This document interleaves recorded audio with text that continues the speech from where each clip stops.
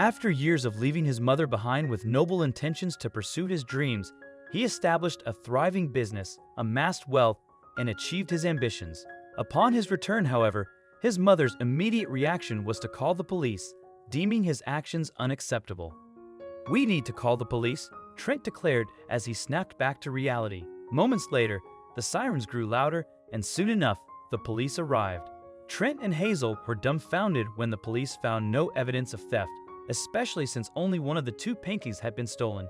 Their confusion deepened when an expert revealed that the remaining painting was worth at least 3 times more than the stolen one. Was it luck, or was someone playing a devious game? With no leads to follow and no evidence that Trent or Hazel played dirty, the case quickly turned cold. But Hazel couldn't accept this. Trent noticed his mother took the loss heavily. He knew her grandfather painted the painting, which meant a lot to her. "Where is it?" Trent mumbled frustratingly. He made an appointment with a source who had some information. Finally, he exclaimed while opening the door. But when the source told him what he knew, Trent forgot his frustration. "They are going to auction it?" he asked, wondering if he had heard correctly. "Yes, an auction of the painting you described," the source confirmed. But Trent's happiness turned back into frustration instantly. "I don't know where it is, though," the source said. "You don't know," Trent said with a sigh. He ran his hands through his hair and grabbed his phone to contact every source he knew. One of his contacts, who was frequently active on the black market, heard something about an auction tonight. "Yet this can't be a coincidence," Trent mumbled as he asked for the details. When he got the address, Trent rushed over and arrived at a warehouse on the docks. But when he tried to enter, something happened. "Going once, going twice, sold," Trent heard when he entered the room. His heart sank as he saw the painting being sold right before his eyes. With tears forming and blurry vision, Trent looked around the room, trying to figure out who the new owner was. He was so close. From the back of the room, Trent watched closely what happened with the painting once it left the stage. He noticed it being brought through a door, so he sneaked through it and entered a back room with multiple paintings. Finally, Trent whispered when he walked toward the painting. But then he was found out. "You're not supposed to be here," the gigantic security guard said when he saw Trent in the back room. "I want to speak to the owner of this painting," Trent said. Yet the security guard ignored him and spoke into his walkie-talkie. "Boss, we have a situation in storage." There was no way out for Trent. For a moment, Trent was speechless. This was what he had been working for all these years. He shook his head and explained he was the original owner of the painting, which was stolen from him. "Do you want a stolen painting?" Trent asked hopefully. But the response shocked him. Guy knew it was stolen. "It was an illegal auction after all." "I'm not stupid," the boss responded. The boss was probably dealing in paintings to earn money. He could offer him something. "Maybe we can make a deal," Trent asked hopefully. Before the boss could answer, he continued. "I have an even more valuable painting in my possession." The boss seemed interested in this offer, but then hesitated. It looked like the boss wanted to accept, but before words came out of his mouth, he closed it again and thought hard. "Why would you trade a more valuable painting for this one?"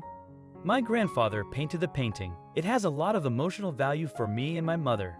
I want it back at all costs," Trent said. The boss laughed deviously. "We will do it on my terms. Leave your info," the boss snarled. Trent happily obliged, not realizing it might be a mistake. His euphoric feeling carried him back home, where he realized something. "Home," he whispered to himself. "I can go home." Trent hadn't gone home since he left years ago. He promised his mother he would find the painting and return it to her. Now on the brink of achieving his goal, Trent felt it was time to return home. "What are you doing?" he shouted at his mother as police dragged him away. "After everything I've done." He struggled against them, but realized it would only make things worse. When officers explained, he couldn't believe it. "You're under arrest for stealing valuable property from your mother," one officer said. Trent was stunned. "I did? What?" he managed to choke out. "Your mother reported you sold a painting to fund your business." "What?" Trent felt betrayed. "I'll prove it," he said, gathering files to show his business was legitimate. Years of clean records convinced the police he hadn't sold the painting. "There is one more thing, though," Trent confessed after thinking about it. The most logical thing for him to do was come clean about his deal. "I made a deal with an illegal art dealer," he said, mentally preparing for another interrogation. but he couldn't have prepared for how the officers responded. "What kind of deal?" one of them asked. Trent was momentarily speechless as he tried to process what was happening. "What kind of deal?" he repeated, and then explained how he went to an illegal auction and confronted this boss to make a deal with him. "He was a fat and bald guy, and he will contact me," Trent said. But then the police interrupted him. "We don't want the boss, we want the thieves," an officer said. Trent stared at him blankly. The officer saw his facial expression and said, "We want to get to the root of the problem." Trent felt his hope leave his body. He didn't know anything about the thieves. "I can't help with that," he said dimly. But he didn't realize how wrong he was because the police already had the perfect plan to help them. "You just have to go to the meeting," the officer said.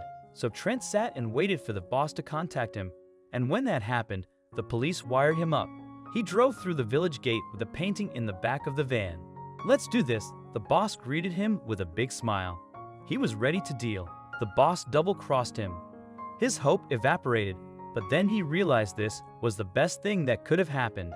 Due to him wearing wires, the police now had solid evidence, and before he could finish the thought, the officers entered the villa. "Hands up!" multiple voices shouted, which became hazy moments later. Trent entered his own world, focused on the paintings. "I did. I finally did," he said, his voice breaking a little while walking toward the painting. It looked like the world was moving in slow motion. It had been years since he last saw this painting from this close. Trent smiled widely as he traced his fingers over the picture frame, but his smile quickly faded. This can't be right. Tears welled up in his eyes as he realized his great-grandfather's signature had been forged. The boss didn't hesitate to make a deal and spill everything he knew. Moments later, Trent went with the police to the supposed thieves' warehouse. As they arrived, two figures emerged from the darkness near the warehouse, carrying something large under a cloth. It had to be the painting. Trent stood up in excitement, but the officer quickly pulled him down. Overwhelmed with mixed emotions, Trent watched as the thieves were handcuffed. Anger surged within him. "Did you steal it? How did you do it?" To his surprise, he didn't have to wait long for answers. Thanks to the boss's testimony, the police had solid evidence against the thieves, who confessed quickly. They hadn't counted on Trent, who was relentlessly searching for the painting. With the case finally closed, Trent returned to his childhood home. He parked the van outside and rang the doorbell. His mother burst into tears when she saw the paintings and embraced Trent, at a loss for words to apologize.